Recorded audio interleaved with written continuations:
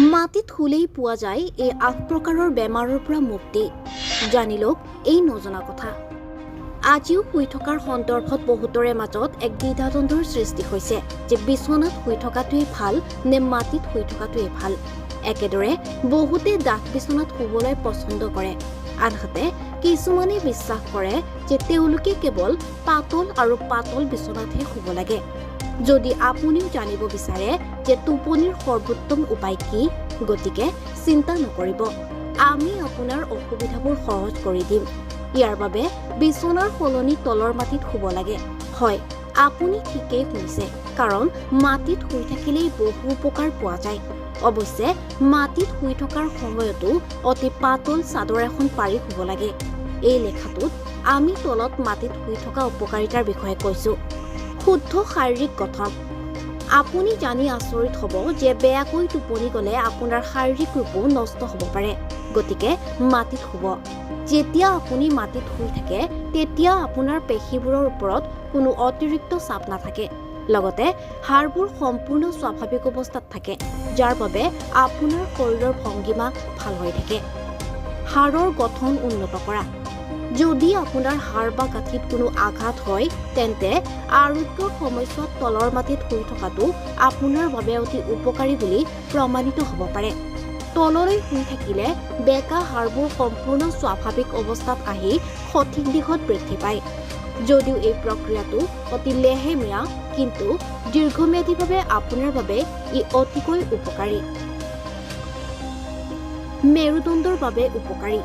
সমগ্ৰ স্নায়ুতন্ত্ৰ নিয়ন্ত্ৰণ কৰি মগজুৰ সৈতে প্ৰত্যক্ষ সংস্পৰ্শলৈ অহা শৰীৰৰ সেই অংশটোৱেই হৈছে মেৰুদণ্ড।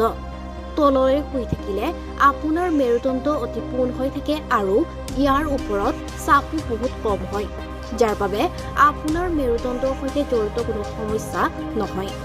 কঁকালৰ বিষৰ পৰা উপশম। তললৈ শুই থকাৰ আটাইতকৈ ডাঙৰ সুবিধাটো হ'ল কঁকালৰ বিষৰ পৰা চিৰদিনৰ বাবে মুক্তি পাব। বেছিভাগ মানুহৰে ভুলকৈ শুই থকা বা অতি কোমল বিছনাত শুই থকাৰ বাবে কঁকালৰ বিষৰ সমস্যা হয়। যেতিয়া আপুনি তললৈ শুই থাকে তেতিয়া সেই সময়ত মেৰুদণ্ড একেবাৰে পোন হৈ থাকে, যাৰ বাবে শৰীৰত তেজৰ সোঁত সঠিকভাৱে চলি থাকে আৰু লাহে লাহে কঁকালৰ বিষৰ পৰা সকাহ আৰম্ভ হয়। মানসিক চাপ কমি যায়। বহু গৱেষণাত নিশ্চিত হৈছে যে মাটিত শুই থাকিলে আপুনি অধিক সুখী হয় আৰু মানসিক ৰোগৰ পৰা আঁতৰি থাকে। গতিকে মানসিক চাপ দূৰ কৰিবলৈ আৰু উৎপাদনশীলতা বৃদ্ধি কৰিবলৈ আজিৰে পৰা মজিয়াত শুবলৈ আৰম্ভ কৰক। ভুল টোপনিৰ পৰা মুক্তি। পেডেড বিছনাত শুলে পেশীৰ স্পাম হয় আৰু শুই থকাৰ সময়ত আপুনি এফালে হেলান দি থাকে বা কেতিয়াবা ভৰিখন বিছনাৰ পৰা তললৈ ওলমি থাকে, যিটো শৰীৰৰ গঠন অনুসৰি ভুল হয়। যেতিয়া আপুনি তলৰ মাটিত শুবলৈ আৰম্ভ কৰে তেতিয়া লাহে লাহে আপোনাৰ শুই থকাৰ অৱস্থা উন্নত হ'বলৈ আৰম্ভ কৰে আৰু বহু ধৰণৰ সমস্যা স্বয়ংক্ৰিয়ভাৱে শেষ হয়। নিতম্ব আৰু কান্ধৰ আকৃতিৰ বাবে উপকাৰী। তলত শুলে নিতম্ব আৰু কান্ধৰ প্ৰান্তিকৰণৰ উন্নত হয়, যাৰ ফলত বহু ধৰণৰ বিষ স্বয়ংক্ৰিয়ভাৱে উপশম হয়। যদি কান্ধ, ডিঙি বা পিঠিত সদায় বিষ থাকে তেন্তে বিছনাৰ সলনি তলৰ মাটিত শুবলৈ আৰম্ভ কৰক।